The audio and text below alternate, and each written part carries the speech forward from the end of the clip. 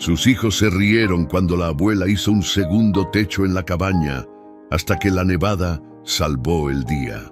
El portón se cerró de golpe y en el patio se quedó flotando el eco de las risas. Doña Eulalia se quedó parada del otro lado, con el rebozo apretado contra el pecho y las manos temblándole. No sabía si por el frío de la tarde o por el coraje que le subía desde el estómago y no tenía pa' dónde salir. Miró por última vez esa puerta de madera gruesa, la misma que había cruzado tantas veces cargando canastas de ropa, tortillas calientes, niños enfermos, la misma puerta donde crió a sus hijos, la misma que ahora le daban con llave en las narices. «Ya estuvo, amá. Usted ya no sirve para cuidar nada». Las palabras de Ramiro todavía le zumbaban en los oídos. Su hijo mayor, el primero que cargó, el que lloró en sus brazos cuando tuvo fiebre de niño, el que le prometió que nunca la dejaría sola, ese mismo, ahora la miraba con los ojos fríos, la boca torcida en una mueca que no era ni sonrisa ni enojo, solo desprecio, un desprecio tranquilo, de esos que duelen más que un grito. Ni siquiera se dignó a abrazarla. Marta, la de en medio, se quedó atrás con los brazos cruzados, viendo pa' otro lado como si no pasara nada, y Julián, el más chico, el que siempre fue medio mansito, nomás asintió con la cabeza cuando Ramiro habló. Los tres ahí parados, como jueces, como si ella fuera la que había hecho algo malo. «Aquí tiene su herencia, amá», dijo Ramiro, y le aventó un papel arrugado que cayó a sus pies. Eulalia lo levantó despacio, con las manos que ya no eran tan firmes como antes. Desdobló el papel y leyó lo poco que alcanzaba a entender. La cabaña del cerro. Eso era todo. Una cabaña que llevaba años abandonada, sin techo completo, sin ventanas que cerraran bien, un lugar al que nadie iba porque daba pena nomás verlo, pa' que se entretenga con sus tablas. «Amá», dijo Marta, y se le salió una risita nerviosa. «A ver si la nieve la hace rica». Ramiro soltó una carcajada seca. «Órale pues, que se vaya acostumbrando, total, allá arriba nadie la va a andar molestando». Eulalia alzó la vista y los miró uno por uno. Quiso decir algo, quiso gritarles que ella les había dado todo, que había lavado su ropa en el río hasta que se le partieron las manos, que había velado sus fiebres toda la noche, que había vendido hasta sus aretes de oro para pagarles la escuela. Quiso recordarles que su padre, don Severiano, nunca hubiera permitido esto, pero no dijo nada, porque sabía que las palabras ya no servían con gente que había cerrado el corazón. Bajó la mirada para que no le vieran las lágrimas y se dio la vuelta. El camino al cerro era puro polvo y piedra, un sendero angosto que subía entre los pinos. Cortando el monte como una cicatriz vieja, Eulalia caminaba despacio, con el morral al hombro y el rebozo jalado hasta la frente. El viento soplaba frío, con ese olor a tierra mojada y resina que anunciaba que el invierno ya venía pisando duro. Las hojas secas crujían bajo sus guaraches y a cada paso sentía que el cuerpo le pesaba más. No iba sola. A su lado, aferrado a su falda como si fuera lo único seguro en el mundo, iba Mateito, su nieto. El niño tenía los ojos grandes, negros como chapulines, y el pelo todo parado porque nunca se dejaba peinar bien. No tendría más de 8 años, pero ya sabía callar cuando era necesario. Cuando escuchó el portazo y los gritos, se había escabullido por la puerta de atrás y corrió tras su abuela antes de que nadie se diera cuenta. «No te vayas sola, abuelita», le había dicho, con la voz chiquita pero firme, y Eulalia, que ya no creía en mucho, sintió que por lo menos el amor todavía existía en esa familia, aunque fuera chiquito, aunque fuera tembloroso. «¿Ya mero llegamos?», preguntó el niño, jalándole la falda. «Ya mero, mijo. Ahí nomás pasando ese pino grande». Mateito no preguntó más, nomás siguió caminando, confiando. Cuando al fin llegaron, la cabaña era peor de lo que Eulalia imaginaba. Troncos viejos, carcomidos por los años, la ventana toda chueca, sin vidrio, tapada con una tabla que ya ni servía, y arriba, arriba era lo peor. El techo estaba parchado con pedazos de lámina oxidada y tablas que ni empataban bien. Había huecos negros entre la madera, como si el cielo se colara por heridas. Se veían las vigas podridas, torcidas, sosteniendo lo que podían. Por dentro olía a humedad guardada, a humo viejo, a abandono. En una esquina había un fogón de piedra con ceniza de quién sabe cuántos años. En otra, una mesa coja que se inclinaba para un lado. No había luz, solo la claridad gris del atardecer que se metía por las rendijas como fantasma. Eulalia se quedó parada en medio de la cabaña. Viendo todo eso, y por primera vez en mucho tiempo, sintió ganas de sentarse y no volver a pararse, pero no podía, porque Mateito la estaba viendo. «¿Aquí vamos a vivir, abue?», preguntó el niño, y su voz sonaba más curiosa que asustada. Eulalia respiró hondo, se limpió las lágrimas con el dorso de la mano y le sonrió. Esa sonrisa que una abuela usa cuando el mundo se está cayendo a pedazos, pero no quiere que el niño se dé cuenta. «Sí, mijo, aquí mero, ya verás que la arreglamos bonita». Mateito asintió confiado y se fue a explorar los rincones con esa valentía inocente que solo tienen los niños. Eulalia se sentó en la orilla de la mesa coja, sintiendo el peso de todo lo que había pasado, el portazo, las risas, el papel arrugado, el camino, la cabaña. Cerró los ojos y pensó en Severiano, su difunto esposo, el hombre que la había querido de verdad, el único que nunca la trató como estorbo. ¿Qué diría él si la viera así? Abrió los ojos y miró para arriba, al techo lleno de huecos. Afuera, el viento empezó a soplar más fuerte y las primeras gotas de lluvia comenzaron a caer. Una gota se coló por una rendija y le cayó en la frente. Eulalia no se movió, nomás se quedó ahí sentada, viendo cómo el agua empezaba a gotear por todos lados, formando charquitos en el piso de tierra. Y en ese momento, sin saber por qué, recordó algo que Severiano le había dicho días antes de morirse, cuando ya casi no podía hablar. «Si algún día te quedas sola, vieja, vete al rancho, ahí está lo que no pude decirles en la cara». En ese entonces no entendió. Pensó que eran delirios de la fiebre, pero ahora, parada en medio de esa cabaña olvidada, empezaba a preguntarse si tal vez Severiano sí sabía algo.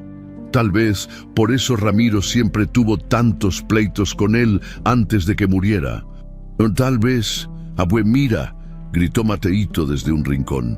«¡Hay un ratón!». Eulalia se levantó y caminó hacia su nieto, dejando los pensamientos para después. Por ahora tenían que sobrevivir. La primera noche fue la más larga. Eulalia y Mateito se acurrucaron en un rincón, envueltos en el rebozo y una cobija vieja que ella había traído en el morral. El frío se colaba por todas partes. Por la ventana sin vidrio, por las rendijas del techo, por las grietas de las paredes. Era un frío que no daba tregua, que se metía hasta los huesos y se quedaba ahí, terco, afuera. El viento aullaba entre los pinos como animal herido. Mateito temblaba pegado a su abuela, con los ojitos cerrados pero sin poder dormir. Eulalia lo abrazaba fuerte, frotándole la espalda para darle calor, cantándole bajito una canción de cuna que ya casi no recordaba completa. Las mismas canciones que le cantaba a sus hijos cuando eran chiquitos. Antes de que la echaran como perro, cuando al fin amaneció, la luz gris del alba se coló por los huecos del techo como dedos flacos. Eulalia se levantó con el cuerpo adolorido. La espalda le tronaba. Las rodillas le dolían y sentía la cabeza pesada de tanto pensar, pero no podía quedarse ahí tirada, no con el niño viéndola. «Ándale, mijo», le dijo a Mateito sacudiéndole el hombro con suavidad. «Ya amaneció, hay que buscar leña». El niño se talló los ojos y asintió sin quejarse. Salieron juntos al monte. El aire olía a tierra mojada y a pino. Todo estaba quieto, como si el mundo apenas estuviera despertando. Eulalia recogió ramas secas, palos que encontraba tirados entre las piedras, pedazos de corteza. Mateito la ayudaba, cargando lo que podía con sus bracitos flacos. Cuando volvieron a la cabaña, Eulalia prendió el fogón de piedra. Le costó trabajo. La leña estaba húmeda y la yesca que tenía apenas alcanzaba, pero al fin logró sacar una llamita pequeña, temblorosa, que poco a poco fue creciendo. El humo subía y se escapaba por los huecos del techo, dejando un olor a madera quemada que era lo único que daba algo de vida a ese lugar. En una olla abollada que encontró entre los trastes viejos, calentó frijoles. Eran los que había traído del pueblo, los últimos que le quedaban. Los revolvió despacio con una cuchara de palo, viendo cómo borboteaban bajito. «¿Ya van a estar, abue?», preguntó Mateito, sentado en el suelo con las rodillas abrazadas. «Ya merito, mijo, ten paciencia». Comieron directo de la olla, turnándose la cuchara. Los frijoles estaban aguados, sin sal suficiente, pero eran calientes. Y eso, en ese momento, era lo único que importaba. Después de comer, Eulalia se puso a revisar la cabaña con más cuidado. Caminó despacio, tocando las paredes, empujando las tablas del piso para ver cuáles estaban flojas. Mirando para arriba cada rato para calcular qué tan grave estaba el techo. Y sí, estaba grave. Las vigas principales se veían torcidas, negras de humedad. Algunas estaban partidas a la mitad, sostenidas nomás por un milagro. Las láminas de arriba estaban oxidadas, llenas de agujeros, y las tablas que quedaban ya no servían para nada.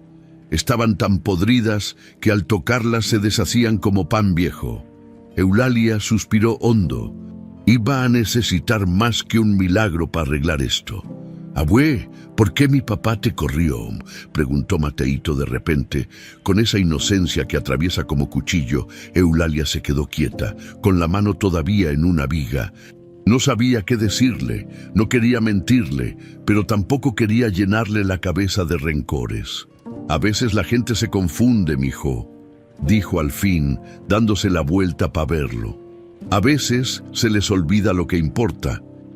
«¿Y qué importa?». Eulalia se agachó frente a él y le acarició el pelo todo parado.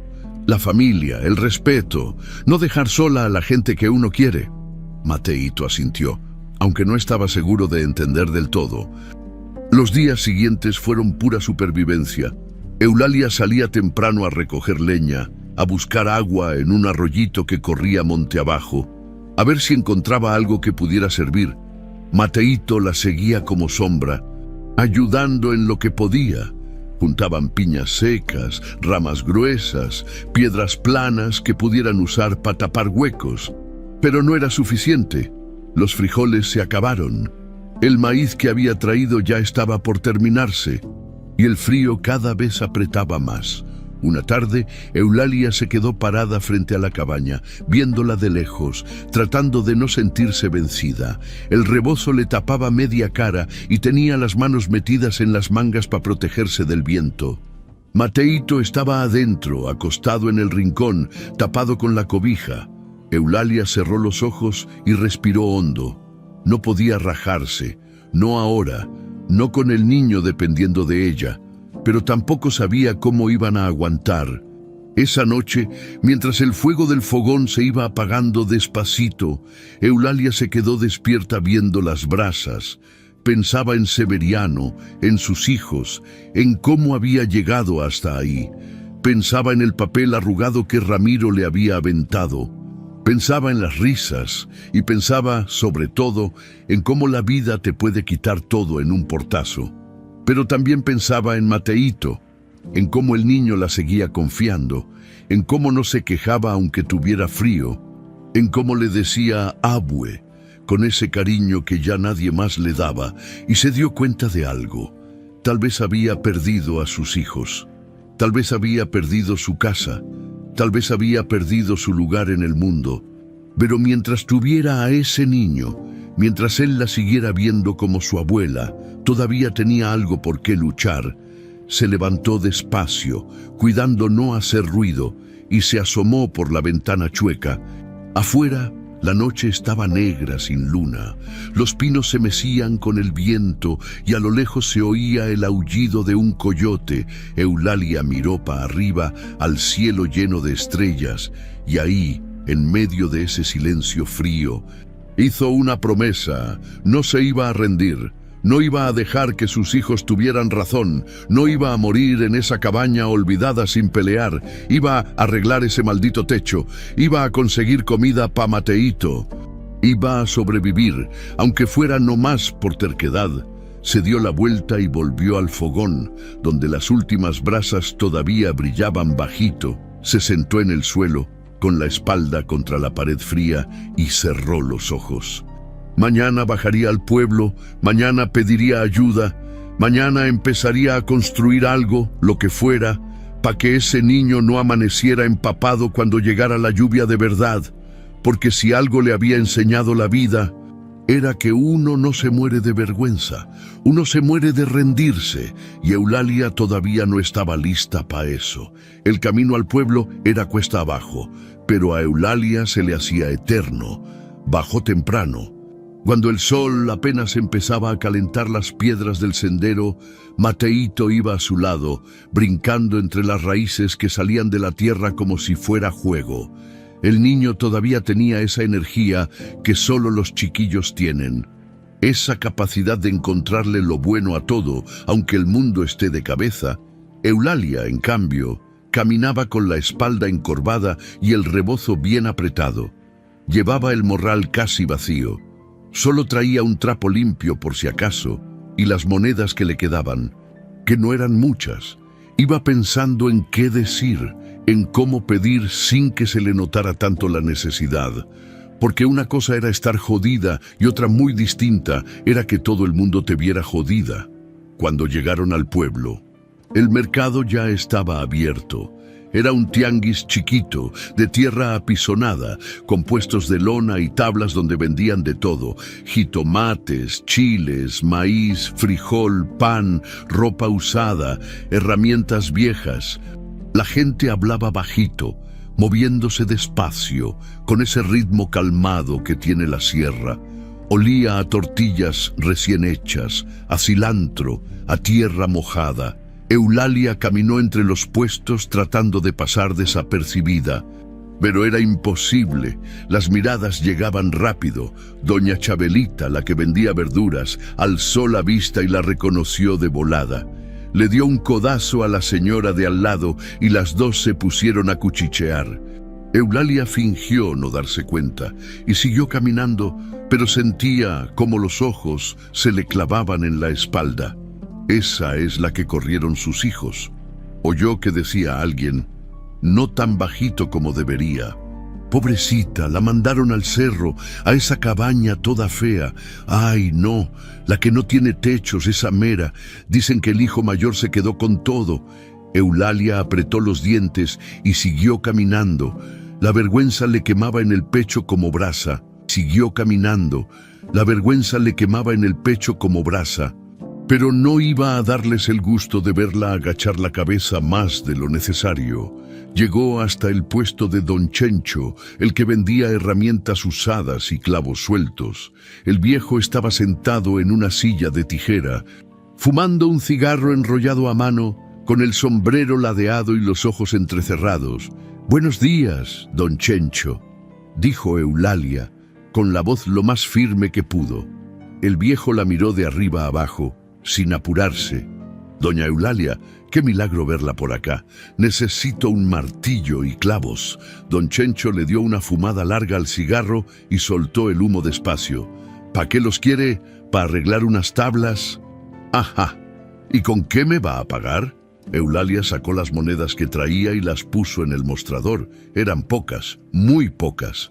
Don Chencho las contó con calma y luego negó con la cabeza. «No me alcanza, doña». Eulalia tragó saliva. «¿Y si le doy esto también?», dijo, y se quitó un anillo delgado que traía en el dedo. Era de plata, ya medio negro, pero todavía servía. El viejo lo agarró, lo vio contra la luz y lo sopesó en la mano. «Sale», dijo al fin, «pero nomás le doy el martillo y medio kilo de clavos, no más». Eulalia asintió, no tenía de otra. Cuando salió del puesto con el martillo envuelto en periódico y los clavos en una bolsita, sintió que el peso del mundo se le había aligerado tantito, pero también sintió que cada paso que daba la alejaba más de lo que alguna vez fue. «Abue, tengo hambre», dijo Mateito, jalándole la falda. Eulalia miró alrededor, vio el puesto de las gorditas, donde el humo salía del comal y el olor a masa y manteca llamaba como canto de sirena. Pero ya no le quedaba ni un centavo. «Ahorita comemos en la casa». «Mijo, aguántate tantito». El niño no dijo nada más. Iban saliendo del mercado cuando una voz las detuvo. «Doña Eulalia, espérese». Eulalia volteó y vio a una mujer bajita, gordita, con el pelo recogido en una trenza gruesa y un delantal lleno de manchas de tierra. Era doña Tomasa, una vecina del pueblo que siempre había sido de pocas palabras, pero de manos generosas.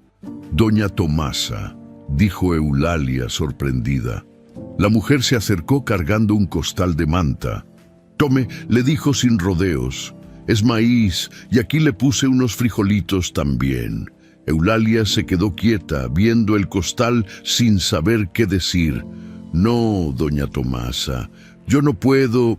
«Claro que puede», interrumpió la mujer, con esa firmeza tranquila que no deja espacio para discusiones. «Aquí, a la callada, nos ayudamos. Así es esto». Le puso el costal en las manos antes de que Eulalia pudiera negarse otra vez. «Y no se apene. Usted trabajó toda su vida, nadie le regaló nada, esto no es limosna, es lo que se debe». Eulalia sintió que se le hacía un nudo en la garganta. «Gracias», fue lo único que pudo decir con la voz quebrada. Doña Tomasa le dio una palmadita en el hombro. «Ándale pues, y si necesita algo más, ya sabe dónde vivo, no se haga la orgullosa». Se dio la vuelta y se fue caminando tranquila entre los puestos, como si no hubiera hecho nada del otro mundo. Eulalia se quedó ahí parada con el costal en los brazos y Mateito a su lado. Sintió algo raro, una mezcla de vergüenza y alivio, de humillación y gratitud. No sabía si quería llorar o sonreír. Al final no hizo ni una cosa ni la otra. Nomás apretó el costal contra el pecho y siguió caminando. Cuando iban subiendo de regreso al cerro, Mateito le preguntó: «¿La señora Tomasa es tu amiga, abue?» Eulalia lo pensó un momento. «Creo que sí». «Mijo, creo que sí». Y siguieron subiendo despacio con el peso del costal y el martillo, pero con algo más también. Algo que Eulalia no había sentido en días, esperanza chiquita, temblorosa, pero ahí estaba. Esa noche, mientras preparaba los frijoles que doña Tomasa le había dado y Mateito jugaba con unas piedras que había juntado, Eulalia se quedó viendo el fogón. Las llamas bailaban bajito, reflejándose en la olla abollada. Pensó en la gente del pueblo, en las miradas, en los cuchicheos, en don Chencho y su cigarro, en doña Tomasa y su costal, y pensó en algo que Severiano le decía seguido: «La vida te quita, vieja, pero también te pone gente en el camino, y esa gente te dice si todavía vale la pena o no». Eulalia sonrió tantito, ahí solita, sin que nadie la viera. Todavía valía la pena, por lo menos pa' una mujer con un costal de maíz y un corazón que todavía latía terco. Mañana empezaría a arreglar el techo, no tenía idea de cómo, pero ya vería, porque si algo le había enseñado ese día era que no estaba tan sola como creía, y eso, en medio de tanta chingadera, era suficiente para seguir. Los días pasaron lentos, como pasan en la sierra cuando el tiempo parece estirarse entre el amanecer y el anochecer. Eulalia se levantaba temprano, antes de que el sol pintara de naranja las copas de los pinos. Prendía el fogón, calentaba agua en la olla, preparaba atole aguado pa' ella y pa' Mateíto. Después salía a recoger leña, a buscar tablas abandonadas entre el monte, a juntar lo que fuera que pudiera servir. Poco a poco, la cabaña empezaba a verse menos muerta. Tapó las rendijas de las paredes con trapos viejos y barro, acomodó unas piedras para nivelar la mesa coja, limpió el fogón hasta que volvió a verse la piedra gris debajo de tanta mugre. No era gran cosa, pero era algo, y algo era mejor que nada. El techo, sin embargo, seguía siendo un problema cada vez que llovía, y últimamente llovía seguido. El agua se colaba por todos lados, goteaba en las esquinas, formaba charcos en el suelo, empapaba la cobija si no la movían a tiempo. Eulalia ponía ollas y cazuelas debajo de los goteos más fuertes, y el ruido de las gotas cayendo en el metal la mantenía despierta por las noches. Y ploc, ploc, ploc, como reloj que no para nunca, una tarde cuando el cielo se puso plomizo y el viento empezó a soplar con ganas, Eulalia estaba adentro preparando tortillas en el comal. Mateíto jugaba afuera. Persiguiendo a un chapulín entre las piedras, de repente oyó un crujido. Se quedó quieta con las manos llenas de masa, otro crujido, más largo, como si algo arriba se estuviera quejando. Alzó la vista hacia el techo y escuchó con atención. Ahí estaba otra vez, un gemido de madera vieja, un quejido que no era del viento ni de las ramas, era de la cabaña misma. Eulalia dejó la masa en la tabla y salió afuera para ver mejor. Caminó unos pasos alejándose de la cabaña, mirando para arriba, tratando de ver qué era lo que hacía ese ruido. Las vigas principales se veían torcidas, negras de humedad, pero había una en especial que llamó su atención, una viga gruesa, justo en el centro, que sostenía casi todo el peso del techo y tenía una marca. No era una marca del tiempo, no era una grieta natural ni una mancha de agua, era una raya, recta, profunda, hecha con algo filoso, como si alguien la hubiera marcado a propósito. Eulalia frunció el ceño. ¿Por qué alguien marcaría una viga? Se quedó ahí parada, viendo esa raya, con una sospecha que empezaba a encenderse despacito en su cabeza. Severiano, su difunto esposo, siempre decía que la casa guarda lo que uno no se atreve a decir en voz alta. Era una de esas frases raras que soltaba cuando andaba pensativo, cuando miraba las paredes como si viera algo que nadie más veía. Y Severiano había tenido pleitos con Ramiro, pleitos feos, de esos que se pelean en voz baja pero con el coraje bien apretado, pleitos por papeles, por tierras, por herencias. Eulalia nunca supo bien de qué se trataban esos pleitos. Severiano no le contaba todo. Decía que no quería preocuparla, pero ella lo veía. Veía cómo se ponía serio cuando Ramiro llegaba con abogados del pueblo. Veía cómo después se quedaba callado, fumando en el patio, mirando la sierra como si buscara respuestas en los pinos. Y días antes de morir, cuando ya casi no podía hablar, Severiano la había jalado de la mano y le había susurrado algo con la voz quebrada. Si algún día te quedas sola, vieja, vete al rancho viejo, ahí está lo que no pude decirles en la cara. En ese momento, Eulalia pensó que eran delirios de la fiebre, cosas que dicen los moribundos cuando ya no saben bien dónde están. Pero ahora, parada frente a esa cabaña olvidada, viendo esa viga marcada, empezaba a preguntarse si tal vez Severiano sí sabía lo que decía. Tal vez no eran delirios, tal vez era una pista. ¿Qué ves, abue?, preguntó Mateíto acercándose con el chapulín en la mano. Eulalia parpadeó y bajó la mirada. Nada, mijo, nomás estaba viendo el techo. ¿Ya lo vas a arreglar? Sí, ya mero, pero en su cabeza las piezas empezaban a moverse. Esa noche, cuando Mateíto ya estaba dormido, Eulalia se quedó despierta viendo las brasas del fogón. Pensaba en la viga marcada, pensaba en las palabras de Severiano, pensaba en Ramiro y en cómo había falsificado papeles, o eso sospechaba, para quedarse con todo. y si Severiano había dejado algo escondido, y si en esa cabaña, en algún lugar, había una prueba de lo que Ramiro hizo. La idea le daba vueltas en la cabeza como trompo, pero no podía estar segura, no todavía. Lo que sí sabía era que necesitaba arreglar ese techo antes de que se viniera abajo, porque si algo pasaba, si esa viga marcada se rompía, tal vez nunca sabría qué era lo que Severiano quiso decirle. Al día siguiente, Eulalia empezó a trabajar, con el martillo que le había comprado a don Chencho y los clavos que apenas le alcanzaban. Empezó a juntar tablas, pidió prestadas algunas en el pueblo, otras las encontró tiradas en el monte. No eran tablas bonitas ni parejas, eran pedazos torcidos, con astillas, manchados de mugre, pero servían. Mateíto la ayudaba como podía, cargando tablitas chiquitas, pasándole los clavos uno por uno, sosteniendo las cosas mientras ella martillaba. «¿Y si se cae, abue?», preguntó el niño, viendo cómo su abuela subía a una escalera toda chueca que había armado con troncos. «Pues me levanto y sigo», dijo Eulalia sin dejar de clavar. Y así fue, clavo tras clavo, tabla tras tabla. Eulalia empezó a construir algo que nunca pensó que haría, un segundo techo. No era para quitarle el viejo. Eso hubiera sido imposible. Era para ponerlo encima, como un gran resguardo, una estructura sencilla, sostenida por postes rústicos que ella misma clavó en la tierra alrededor de la cabaña.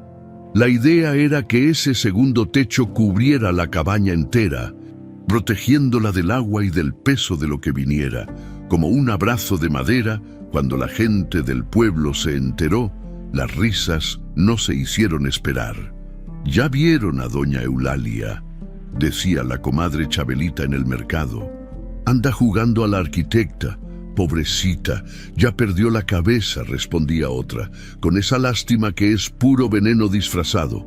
Y Ramiro, cuando le llegó el chisme, soltó una carcajada seca en la tienda del pueblo. «Mire nomás», dijo en voz alta para que todos oyeran, «la doña arquitecta, a ver cuánto le dura su techito antes de que se lo lleve el viento». Y la risa se le pegó a las paredes como moho, pero Eulalia no se enteró de eso hasta días después. Y cuando se enteró, apretó los dientes, agarró el martillo más fuerte y siguió clavando, porque ya no lo hacía para presumir, lo hacía para que Mateíto no amaneciera empapado, para que el fogón no se apagara con la lluvia, para poder dormir sin sentir que el cielo se le caía encima, y tal vez, solo tal vez, para proteger lo que Severiano había dejado escondido en esa viga marcada, algo que todavía no sabía qué era, pero que estaba ahí, esperando. Las manos de Eulalia ya no eran las de antes. Se le habían llenado de callos nuevos, de astillas enterradas, de cortadas que le ardían cuando metía los dedos en el agua fría del arroyo. Pero seguía trabajando día tras día, desde que salía el sol hasta que ya no veía bien los clavos. Eulalia martillaba, clavaba, amarraba. El segundo techo iba tomando forma. Los postes ya estaban firmes, clavados en la tierra alrededor de la cabaña como centinelas de madera. Eran troncos gruesos que ella misma había arrastrado desde el monte, algunos con ayuda de Mateíto, otros jalándolos sola, metro a metro, hasta que le dolían los brazos y la espalda le gritaba que parara, pero no paraba. Arriba de los postes empezó a poner las vigas horizontales, las amarró con mecate grueso cuando no tenía clavos y las clavó cuando le quedaban. No era trabajo bonito. Las vigas estaban chuecas, los amarres desiguales, pero aguantaban. Eso era lo que importaba. Mateíto se la pasaba cerca, trepándose a las piedras, jugando con palos, pero siempre pendiente de su abuela. «Llamero acabas, abue».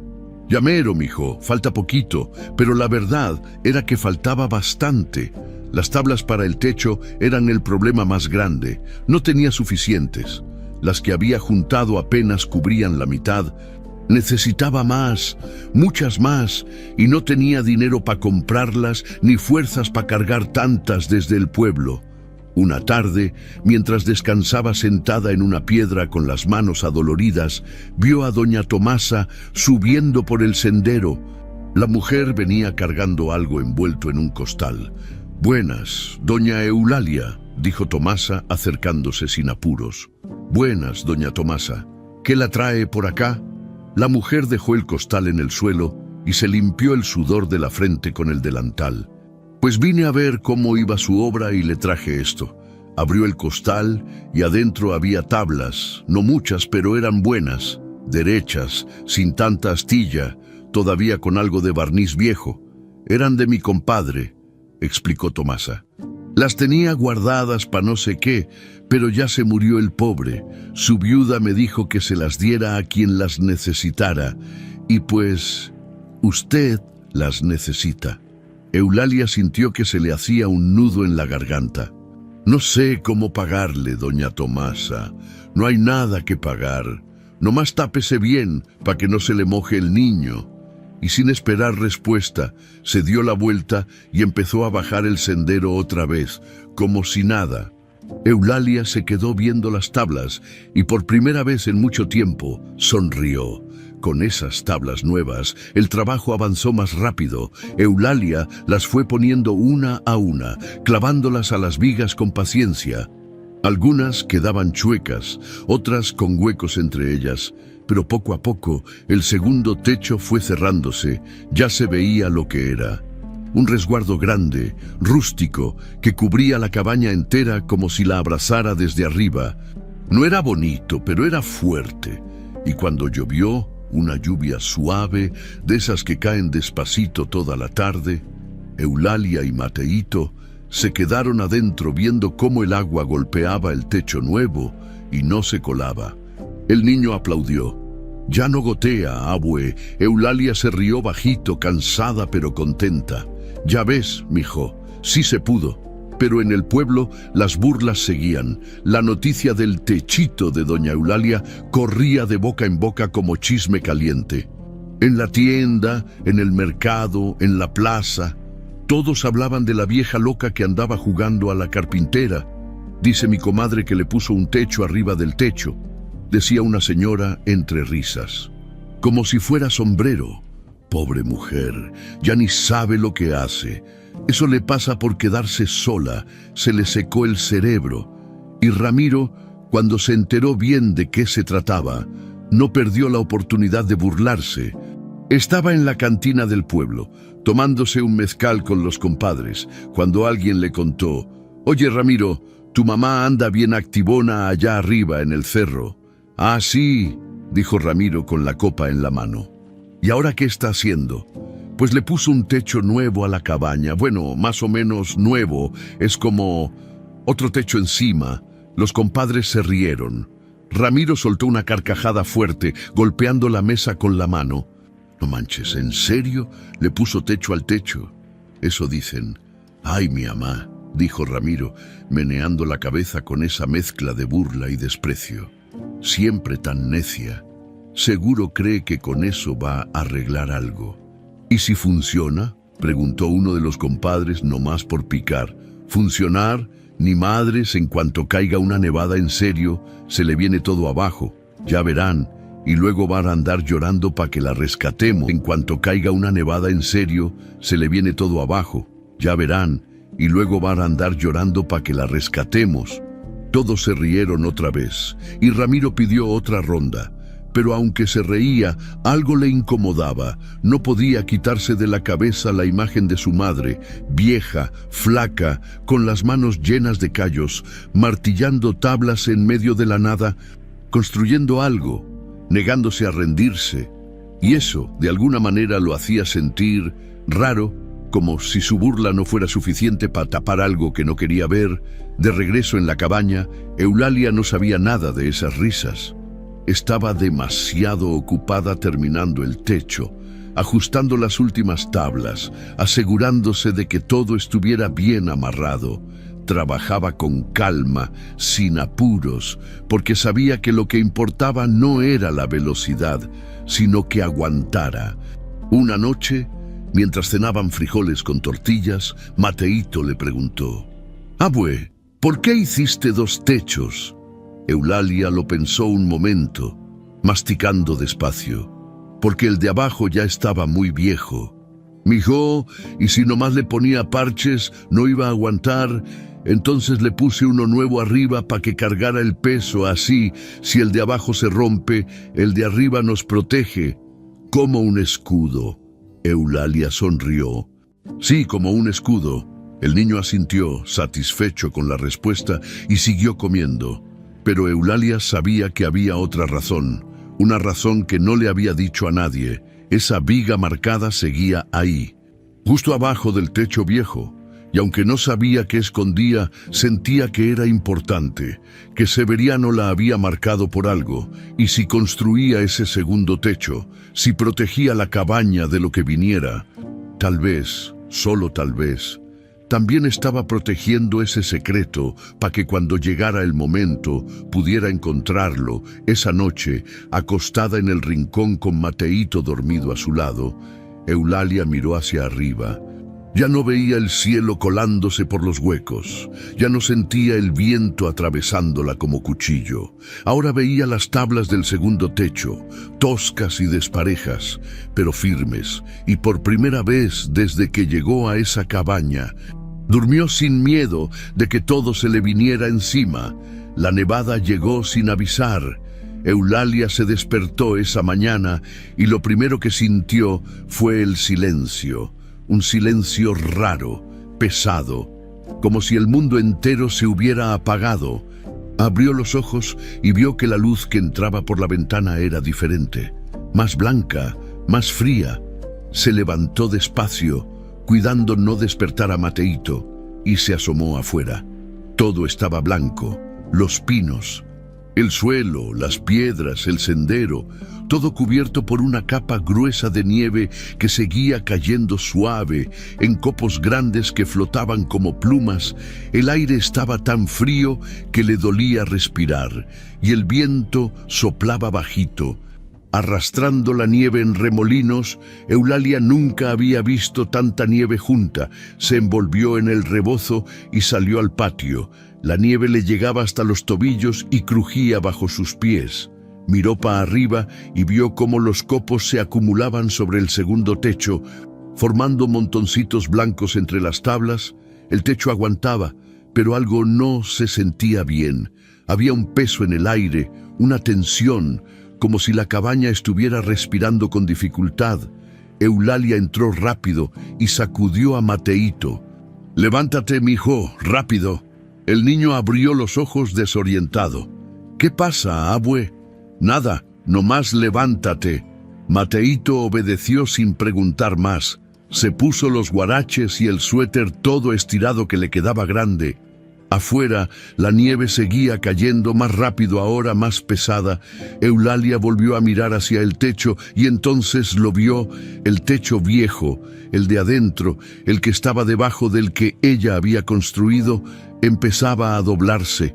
Las vigas crujían, se quejaban, gemían como animal herido. La nieve se había acumulado tan rápido sobre el techo exterior que el peso estaba presionando todo para abajo. Y el techo viejo, ya podrido, ya vencido por los años, no aguantaba. «Abue», dijo Mateito con la voz chiquita, viendo cómo las vigas se arqueaban. Eulalia lo agarró de la mano. «Sal, sal ya». «Pero...» «Sal». Lo jaló hacia afuera justo cuando el techo interior soltó un gemido largo, terrible, como si toda la madera se estuviera partiendo al mismo tiempo. Y entonces se vino abajo. El estruendo fue brutal, un ruido sordo, pesado, que hizo temblar la tierra. Las vigas cayeron en pedazos. Las tablas se quebraron como palitos. El polvo y la nieve volaron por todos lados. Eulalia abrazó a Mateito contra su pecho, cubriéndolo con el rebozo, mientras el mundo se desmoronaba frente a ellos. Cuando todo se quedó quieto, el silencio volvió. Pero era un silencio diferente, roto. Eulalia soltó a Mateito despacio y los dos se quedaron viendo lo que quedaba de la cabaña. El techo viejo había colapsado por completo. Las vigas estaban tiradas en el suelo, partidas, negras de humedad, las tablas hechas astillas, todo cubierto de nieve y polvo. Pero el segundo techo, el que Eulalia había construido, seguía ahí, firme, aguantando. Las tablas estaban dobladas por el peso, los postes rechinaban pero no se habían caído, habían resistido, y al resistir, habían salvado lo único que importaba. Si Eulalia no hubiera construido ese segundo techo, si no hubiera sido por su terquedad, el derrumbe las habría aplastado a ella y a Mateito mientras dormían. La nieve que vino a amenazar terminó salvándoles la vida. Eulalia sintió las piernas flojas. Se sentó en una piedra temblando, no de frío, sino de la pura impresión de lo que casi pasa. Mateito se le acercó y la abrazó fuerte. «Ya pasó, abue, ya pasó». Eulalia le acarició el pelo, sin poder hablar todavía. Cuando al fin pudo moverse, se levantó despacio y caminó hacia los escombros.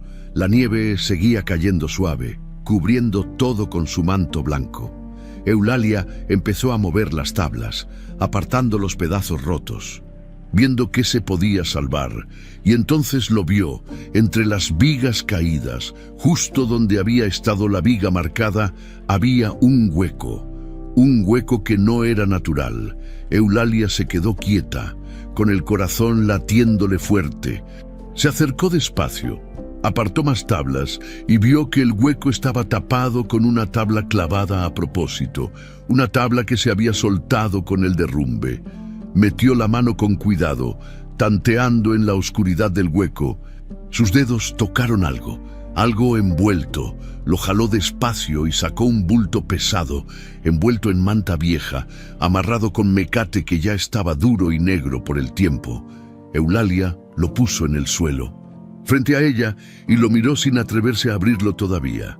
«¿Qué es, abue?», preguntó Mateito, acercándose curioso. «No sé, mijo», pero sí sabía, o al menos sospechaba. Con las manos temblorosas desató el mecate. Se rompió fácil, como si hubiera estado esperando ese momento durante años. Desdobló la manta despacio, capa por capa, hasta que al fin quedó al descubierto lo que había adentro. Papeles, un fajo de papeles viejos, doblados con cuidado, guardados en una bolsa de cuero que todavía estaba seca. Eulalia sacó los papeles y los extendió sobre sus piernas. El primero era un testamento, escrito a mano, con la letra temblorosa pero clara de Severiano. Tenía un sello de abogado en la esquina, con fecha de hace varios años, antes de que Severiano se enfermara, antes de que todo se pusiera feo con Ramiro. Eulalia leyó despacio, moviendo los labios sin hacer ruido. El testamento decía que la tierra alrededor del cerro y una parte cercana a la vieja hacienda quedaba a nombre de Eulalia, y después de ella a nombre de su nieto como heredero directo, no a Ramiro, no a Marta, no a Julián, a ella y a Mateito. Eulalia sintió que se le subía el corazón a la garganta. Siguió revisando los papeles. Había un documento de propiedad, sellado y firmado por el notario del pueblo. Había recibos de pagos y había algo más, un cuaderno pequeño con las tapas gastadas. Lo abrió y vio la letra de Severiano otra vez. Pero esta vez no era un testamento, era una especie de diario, de registro.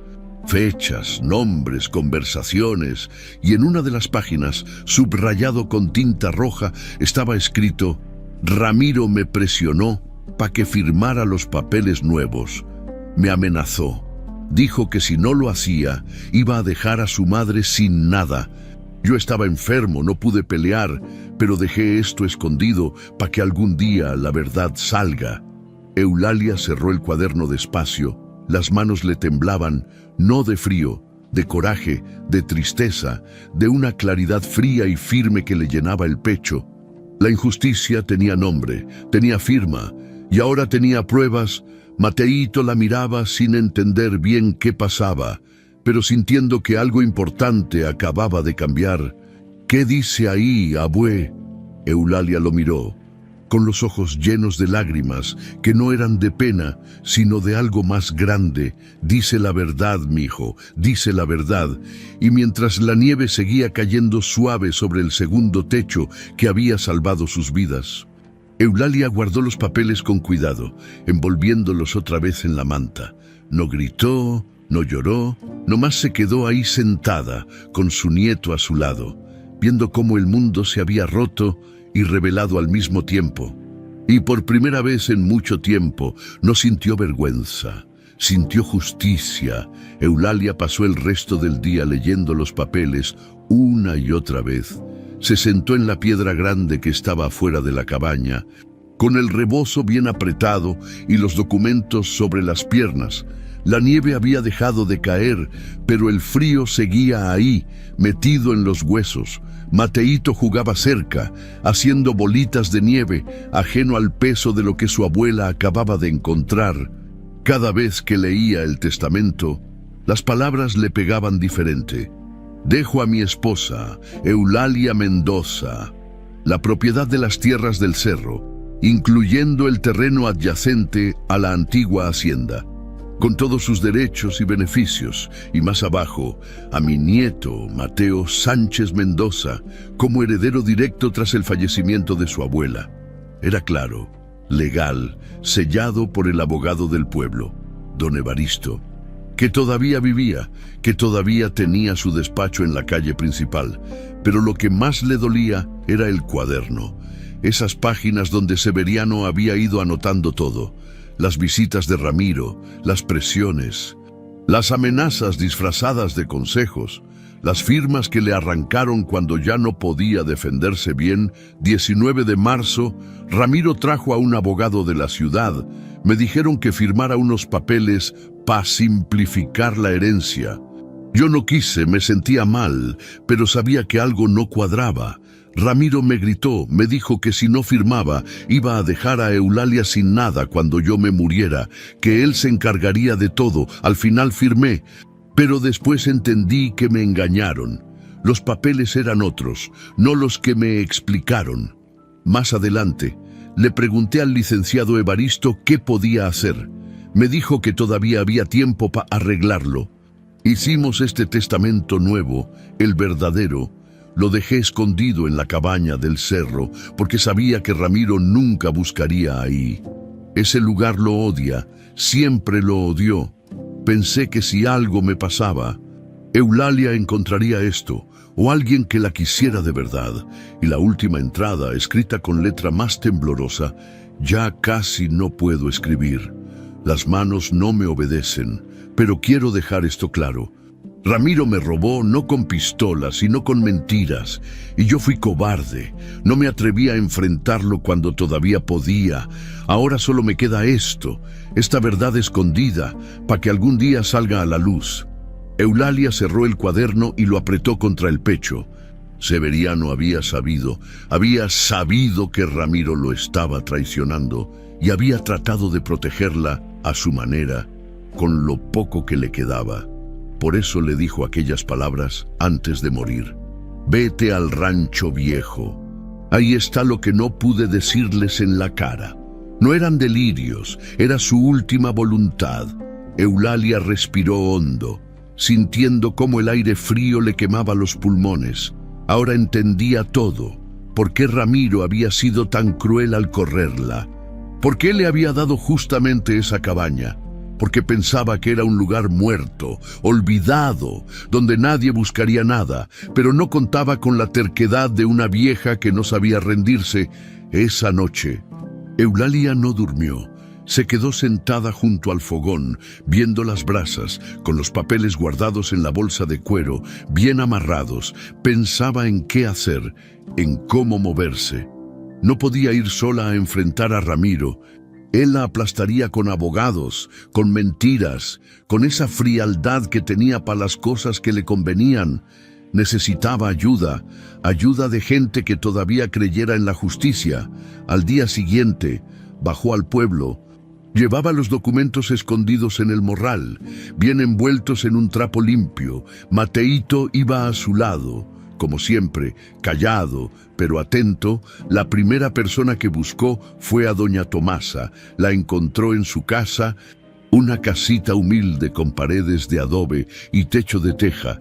Tomasa estaba moliendo maíz en el metate cuando Eulalia tocó a la puerta. «Doña Eulalia, pásele, pásele».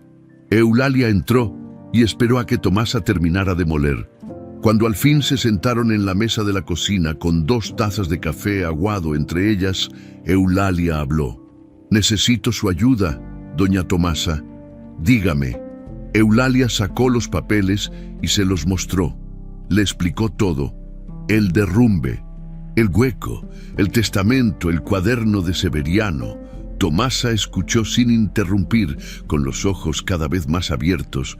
Cuando Eulalia terminó, Tomasa se quedó callada un momento. «Esto es grave, doña Eulalia». «Lo sé. Si es cierto lo que dice aquí, Ramiro la fregó feo».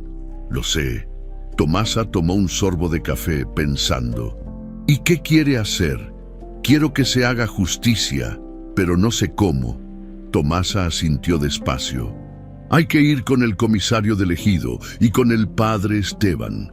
Ellos son gente de palabra. Si ven esto, van a apoyarla». «Usted cree, yo sé», y así fue. Con Tomasa a su lado, Eulalia fue primero con el padre Esteban.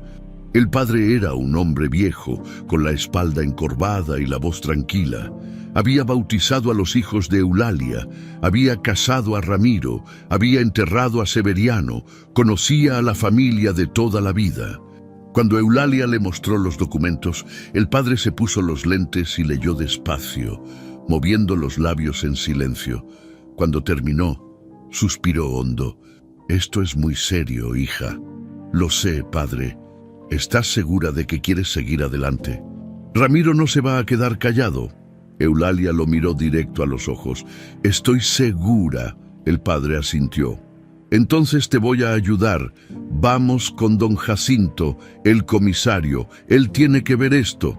Don Jacinto era un hombre serio, de bigote grueso y manos grandes. Era comisario del ejido desde hacía años, y todos lo respetaban porque no se dejaba comprar. Cuando vio los documentos, frunció el ceño. «¿De dónde sacó esto, doña Eulalia?» «Estaba escondido en la cabaña. Mi esposo lo dejó ahí antes de morir».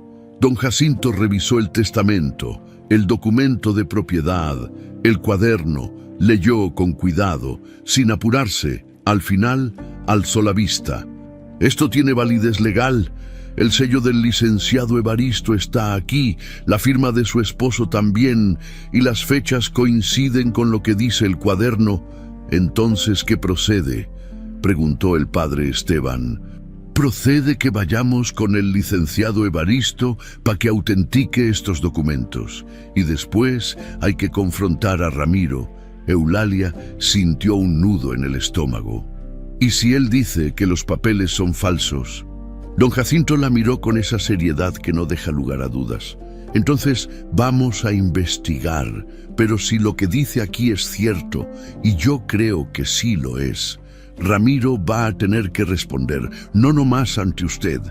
Ante la ley, Eulalia asintió, sintiendo cómo el miedo y la esperanza se le mezclaban en el pecho. Esa tarde, los 4 fueron al despacho del licenciado Evaristo, el viejo abogado, con sus lentes de media luna y su chaleco de lana. Revisó los documentos con cuidado.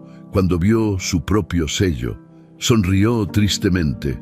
«Sí, yo hice este testamento. Don Severiano vino a verme meses antes de morir. Me dijo que tenía problemas con su hijo mayor, que necesitaba dejar las cosas claras». «¿Y es válido?», preguntó don Jacinto. «Completamente válido. Es el último testamento que hizo, y según la ley es el que tiene que respetarse». Eulalia sintió que las piernas le temblaban. Era real, todo era real. La verdad tenía nombre, firma y sello, y ahora por fin iba a salir a la luz. La noticia del derrumbe corrió por el pueblo como pólvora. Se le cayó el techo a doña Eulalia. «Dicen que la nevada fue muy fuerte. Pobrecita. A ver cómo le hace ahora». Y como siempre pasa en los pueblos chicos, el chisme llegó rápido a los oídos de Ramiro. Estaba en la tienda comprando cerveza cuando doña Chabelita, que nunca perdía oportunidad de soltar la lengua, le dijo con esa voz de falsa preocupación: «Oye, Ramiro, ya supiste lo de tu mamá». Ramiro ni siquiera volteó a verla. «¿Qué pasó ahora?» «Pues que se le cayó el techo, con la nevada. Dicen que casi se mata». Ramiro se quedó quieto un momento, con la mano en la botella. «¿Se cayó el techo?» «Sí, el de adentro, pero el que ella hizo aguantó, por eso no le pasó nada». Ramiro frunció el ceño. El techo que ella hizo, el segundo techo, el que todos habían estado burlándose. Pagó la cerveza sin decir más y salió de la tienda. Afuera, Marta y Julián lo esperaban en la camioneta. Ramiro se subió y arrancó sin explicar nada. «¿Qué pasó?», preguntó Marta. «Vamos al cerro». «¿Al cerro? ¿Pa qué?». A ver a la mamá. Julián y Marta se miraron, confundidos. Hacía semanas que no hablaban de Eulalia. Hacía semanas que fingían que no existía. Pero ahora Ramiro quería ir a verla. Algo no cuadraba. El camino al cerro estaba todo blanco. La nieve había tapado el sendero y la camioneta apenas podía subir, resbalándose en las curvas. Ramiro manejaba con la mandíbula apretada, sin decir palabra. Cuando llegaron a la cabaña, vieron los escombros. El techo viejo estaba tirado en pedazos, las vigas partidas, las tablas rotas. Pero arriba, como un paraguas gigante, estaba el segundo techo que Eulalia había construido, doblado, maltratado pero firme. Ramiro se bajó de la camioneta y caminó despacio hacia la cabaña. Eulalia estaba adentro, barriendo los pedazos de madera con una escoba vieja. Mateito la ayudaba, juntando las astillas en un costal. Cuando oyó los pasos, Eulalia alzó la vista y ahí estaba Ramiro con una sonrisa, pero no era la sonrisa de antes. La de desprecio, la de burla. Era una sonrisa nueva, pegajosa, falsa. «Amá», dijo Ramiro, acercándose con los brazos abiertos como si fuera el hijo pródigo. «¿Está bien? ¿Me dijeron lo que pasó?» Eulalia lo miró sin moverse. «Estoy bien, gracias a Dios. Cuando me enteré, vine de volada». «Mire, le traje una cobija», dijo, sacando una cobija nueva de la camioneta. «Y aquí hay pan dulce pa' usted y pa' el niño». Dejó las cosas en la mesa coja como si fuera una ofrenda. Marta y Julián entraron detrás de él, con las mismas sonrisas falsas, con las mismas palabras pegajosas. «Ay, amá, qué susto nos dimos», dijo Marta, tocándole el hombro con una mano que no tenía cariño. «Ya no debería estar aquí sola. Esto es muy peligroso». «Sí, amá», agregó Julián nervioso. «¿Por qué no se viene con nosotros? Ya arreglamos un cuarto para usted». Eulalia los miró uno por uno y entendió todo. No habían venido por ella, habían venido por algo más. Los ojos de Ramiro no la miraban a ella. Miraban los escombros, miraban las vigas caídas, buscaban el hueco, olían el dinero, porque si el techo se había caído, tal vez había quedado algo al descubierto.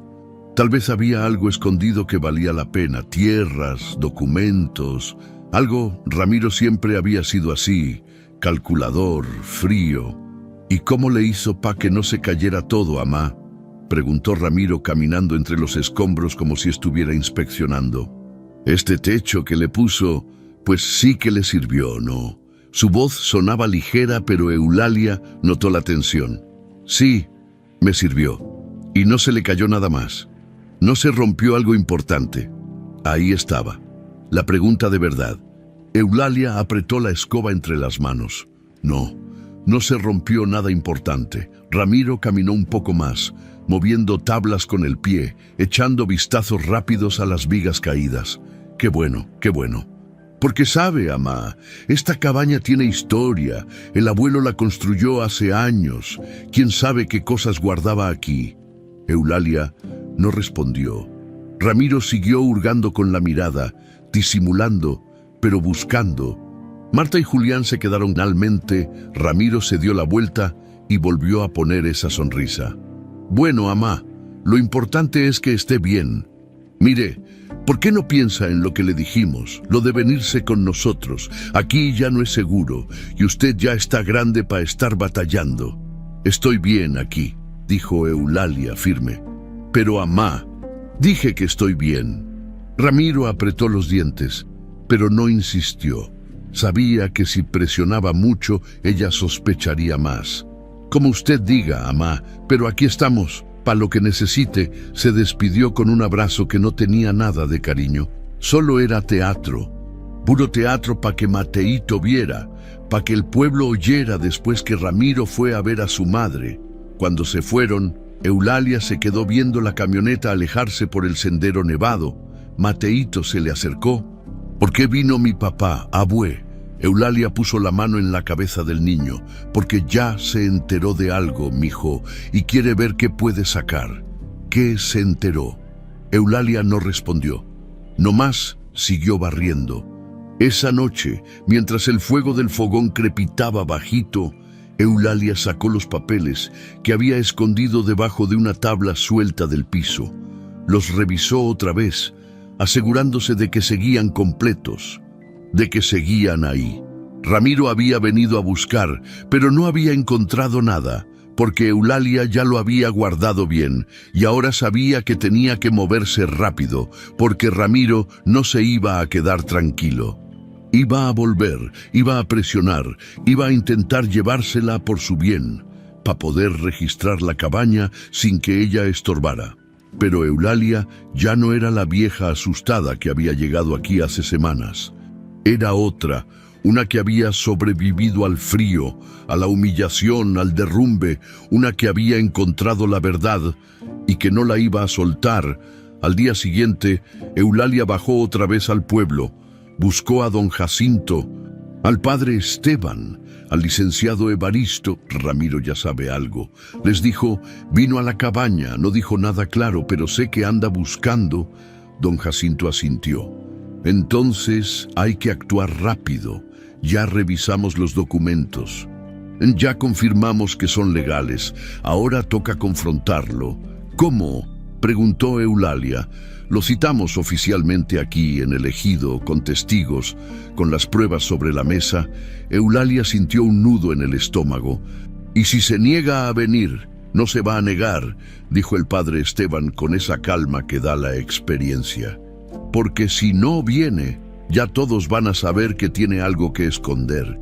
Y Ramiro es de los que cuidan su imagen. Eulalia respiró hondo. Está bien, háganlo, y así la trampa quedó tendida. Ramiro recibiría la citación en 2 días y tendría que responder no ante su madre, ante la verdad. La citación llegó a manos de Ramiro un martes por la tarde. Don Jacinto en persona se la entregó tocando a la puerta de la casa grande, la que había sido de Eulalia, la que ahora Ramiro consideraba suya. Ramiro Sánchez, dijo don Jacinto con voz firme. Queda citado para comparecer ante el comisariado ejidal este viernes a las 10 de la mañana. Asunto: reclamación de propiedad y herencia. Ramiro leyó el papel con el ceño fruncido. ¿Reclamación de qué? ¿Quién está reclamando? Su madre, doña Eulalia Mendoza. Ramiro soltó una risa seca. ¿Mi madre? ¿Reclamando qué, si ella ya tiene su cabaña? Eso fue lo que le tocó. Pues parece que ella tiene otra versión de los hechos y tiene documentos que lo respaldan. La sonrisa de Ramiro se congeló. ¿Documentos? Así es, el viernes se aclara todo, con testigos, con el licenciado Evaristo presente y con las autoridades del ejido. Don Jacinto se dio la vuelta y se fue antes de que Ramiro pudiera decir algo más. Ramiro se quedó parado en la puerta, con el papel arrugado en la mano, sintiendo cómo algo se le retorcía en el estómago. Documentos. ¿Qué documentos podía tener la vieja esa noche? Ramiro no durmió bien. Le daba vueltas al asunto en la cabeza. Pensaba en su padre, en los papeles que había firmado, en el abogado de la ciudad que le había ayudado a arreglar la herencia. Todo había quedado legal. Todo estaba en orden. ¿O no? Al día siguiente, Ramiro fue a buscar al abogado de la ciudad, el licenciado Morales, un tipo bien vestido, de corbata cara y sonrisa de tiburón. Licenciado, tengo un problema. Dígame, mi madre está reclamando la herencia. Dice que tiene documentos. El licenciado Morales se quitó los lentes y lo miró con esa calma que usan los abogados cuando saben que algo huele mal. ¿Qué clase de documentos? No sé, pero me citaron al ejido para el viernes. ¿Y usted firmó todo lo que yo le dije que firmara? Sí, todo. ¿Y su padre firmó los papeles que le presentamos? Ramiro dudó un momento. Sí, más o menos. Estaba enfermo. Yo lo ayudé. El licenciado Morales suspiró. ¿Lo ayudó cómo? Pues le moví la mano porque ya no podía escribir bien. El abogado se puso de pie y caminó hacia la ventana mirando la calle. Eso se llama falsificación, Ramiro. Si su madre tiene un testamento anterior, firmado cuando su padre todavía estaba en sus 5 sentidos, ese documento tiene prioridad legal sobre cualquier cosa que usted haya hecho después.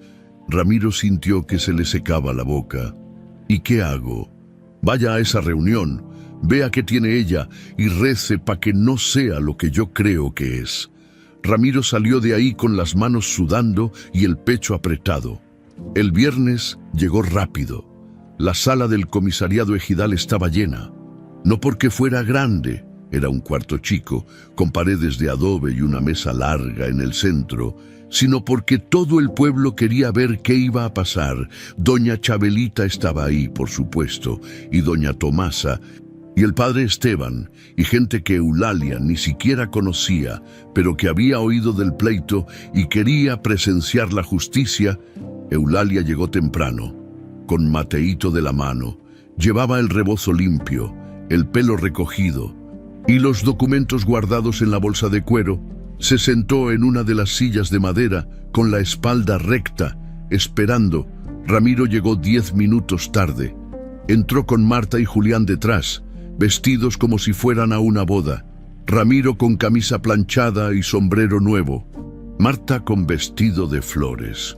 Julián con los zapatos boleados. Querían verse importantes, pero cuando vieron a toda esa gente mirándolos, la confianza se les bajó tantito. Don Jacinto se paró frente a la mesa y habló con voz clara. Estamos aquí para resolver una reclamación de herencia entre doña Eulalia Mendoza y sus hijos Ramiro, Marta y Julián Sánchez. Doña Eulalia alega que la distribución de la herencia de su difunto esposo, don Severiano Sánchez, fue hecha de manera fraudulenta. ¿Es correcto, doña Eulalia? Eulalia se puso de pie. Sí, señor. ¿Y tiene pruebas de ello? Sí, señor. Eulalia sacó los documentos de la bolsa y los puso sobre la mesa. El licenciado Evaristo, sentado al lado de don Jacinto, los revisó despacio. Levantó el testamento, verificó el sello, leyó las firmas. Este testamento fue redactado y firmado por don Severiano Sánchez en mi despacho hace 3 años, dijo el licenciado. Es anterior a cualquier otro documento relacionado con la herencia, y según la ley, este es el que debe prevalecer. Ramiro se levantó de golpe. Eso no puede ser. Mi papá firmó otros papeles después. Los firmó conmigo. ¿Tiene esos papeles?, preguntó don Jacinto. Ramiro titubeó. Sí. Bueno, están con el licenciado Morales. Entonces tráigalos, pero mientras tanto, lo que tenemos aquí es un testamento válido, sellado y firmado ante notario, y este testamento dice que las tierras del cerro y el terreno adyacente a la hacienda pertenecen a doña Eulalia. Marta se levantó también, nerviosa. Pero mi papá estaba enfermo cuando firmó eso. No sabía lo que hacía. El licenciado Evaristo la miró por encima de los lentes. Cuando don Severiano vino a mi despacho, estaba perfectamente lúcido. De hecho, me dijo que temía que su hijo mayor lo estuviera presionando. Por eso quiso dejar todo en orden. El silencio cayó pesado en la sala. Don Jacinto sacó el cuaderno de Severiano y lo abrió. Además, Aquí hay un registro escrito de puño y letra de don Severiano, donde documenta las presiones que Ramiro ejerció sobre él, incluyendo amenazas y falsificación de firma. Ramiro palideció. Eso no es cierto. ¿No es cierto?, dijo don Jacinto leyendo. Aquí dice: Ramiro me presionó para que firmara los papeles nuevos. Me amenazó, dijo que si no lo hacía iba a dejar a su madre sin nada. Ramiro tragó saliva. Mi papá ya estaba delirando, no sabía lo que escribía. Está fechado, interrumpió el licenciado Evaristo. Y la letra es firme, no es de alguien que delira. El padre Esteban se puso de pie. Yo visité a don Severiano varias veces antes de que muriera, y él me confesó, en privado, que tenía miedo de lo que Ramiro pudiera hacer. Me pidió que cuidara a Eulalia si algo le pasaba. Yo soy testigo de que don Severiano estaba en sus cabales cuando hizo ese testamento. Ramiro buscó apoyo en Marta y Julián, pero los dos tenían la mirada baja. Esto es un complot, dijo Ramiro desesperado. Todos están en contra mía. Don Jacinto lo miró fijo. Aquí nadie está en contra de nadie, Ramiro. Aquí estamos buscando la verdad.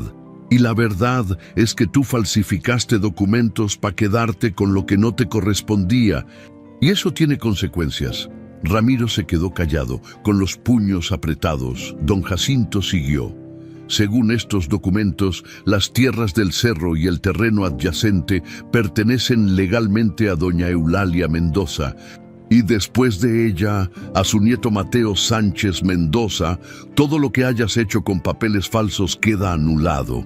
Ramiro abrió la boca para protestar, pero don Jacinto alzó la mano. Y si intentas pelear esto con abogados, yo personalmente voy a presentar una denuncia por falsificación de documentos ante las autoridades estatales. ¿Queda claro? Ramiro se quedó mudo, derrotado, desnudo. Su ambición, su mentira, su crueldad, todo expuesto frente al pueblo entero. Marta empezó a llorar bajito. Julián miraba al suelo, avergonzado, y Eulalia, sentada en su silla, con Mateito a su lado, no dijo nada. No necesitaba decir nada. La verdad había hablado por ella. Don Jacinto golpeó la mesa con la mano. Queda resuelto.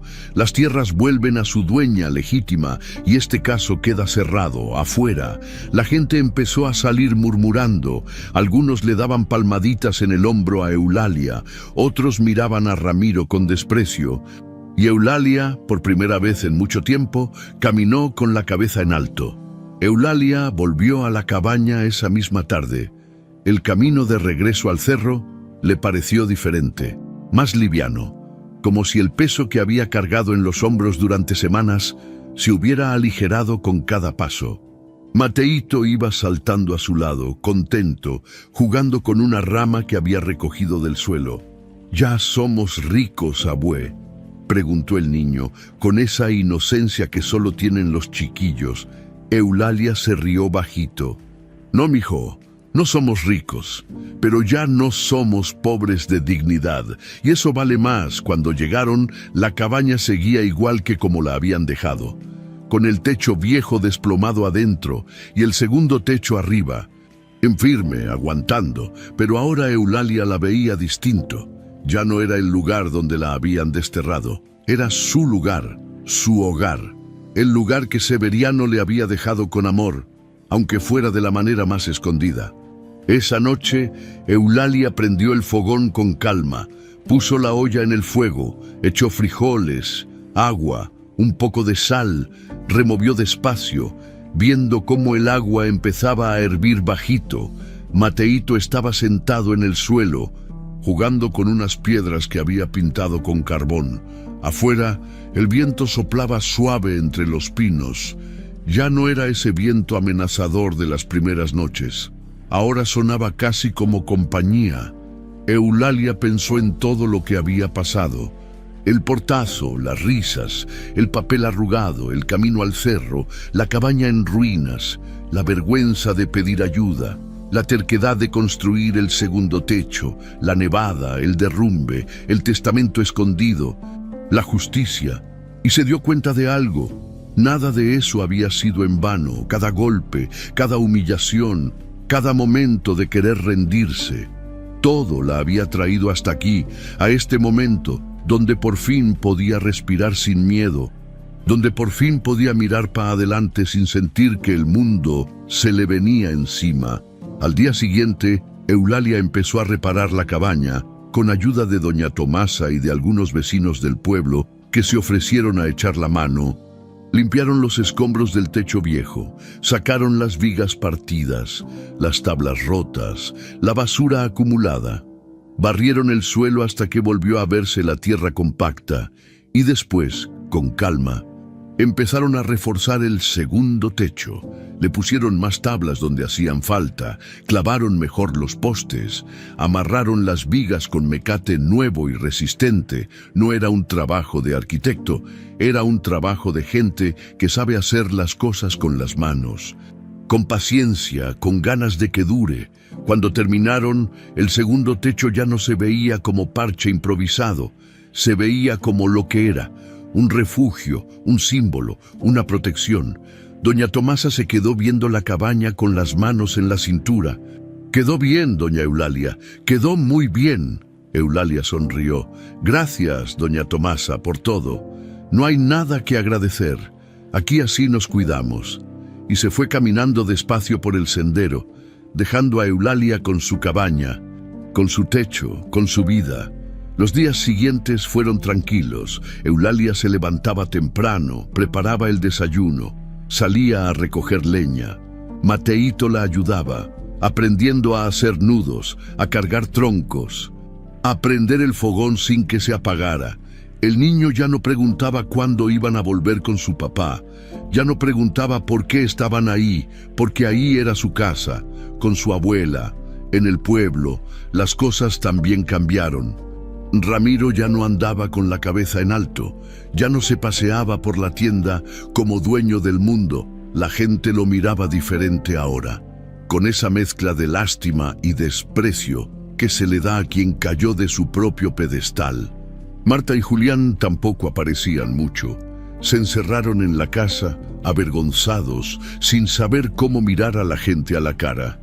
Y Eulalia no fue a buscarlos, no fue a reclamarles, no fue a pedirles explicaciones. Simplemente siguió adelante, porque había aprendido algo importante, que la justicia no necesita venganza, solo necesita verdad. Una tarde, mientras Eulalia estaba sentada afuera de la cabaña viendo el atardecer, Mateíto se le acercó. «Abue, ¿por qué mi papá te hizo eso?» Eulalia lo miró, sorprendida por la pregunta. «No lo sé, mijo. A veces la gente se pierde, se le olvida lo que importa, y ya no lo quieres». Eulalia suspiró. «Es mi hijo, siempre va a ser mi hijo, pero eso no significa que tenga que aceptar lo que hizo». Mateíto asintió, tratando de entender. «¿Y yo? ¿Tú qué? ¿Yo me voy a perder también cuando sea grande?» Eulalia lo abrazó fuerte. «No, mijo, tú no, porque tú ya sabes lo que importa y eso nadie te lo va a quitar». El niño se quedó callado, recargado en el pecho de su abuela, sintiendo el latido de su corazón. Pasaron las semanas. El invierno empezó a retirarse, la nieve se derritió poco a poco, dejando la tierra húmeda y el pasto verde. Los pinos empezaron a oler diferente, a resina fresca, a vida nueva. Y la cabaña, que alguna vez fue símbolo de humillación, ahora era símbolo de otra cosa, de dignidad, de resistencia, de una mujer que se negó a rendirse cuando el mundo la quiso quebrar. Una mañana, Eulalia estaba arreglando unas hierbas que había cortado del monte, cuando vio a alguien subiendo por el sendero. Era el padre Esteban. «Buenos días, hija», dijo el padre, acercándose despacio. «Buenos días, padre. ¿Qué lo trae por acá?» «Vine a ver cómo estaba y a traerle esto». Le entregó un sobre. Eulalia lo abrió y adentro había un documento oficial. Era el título de propiedad, ya registrado a su nombre y al de Mateíto. Todo legal, todo en orden. Ya está todo listo, dijo el padre. Las tierras son suyas y nadie se las puede quitar.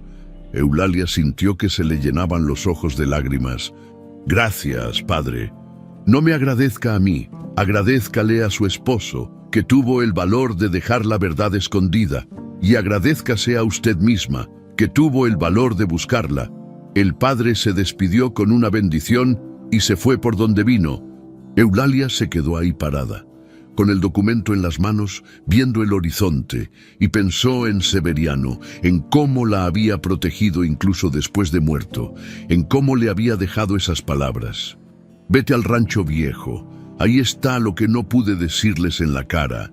Y había tenido razón, ahí estaba, no solo la verdad, sino la fuerza para enfrentarla, esa noche, mientras el fuego del fogón crepitaba bajito y Mateíto dormía en su regazo. Eulalia miró hacia arriba. Ya no veía las vigas partidas, ya no veía los huecos por donde se colaba el cielo.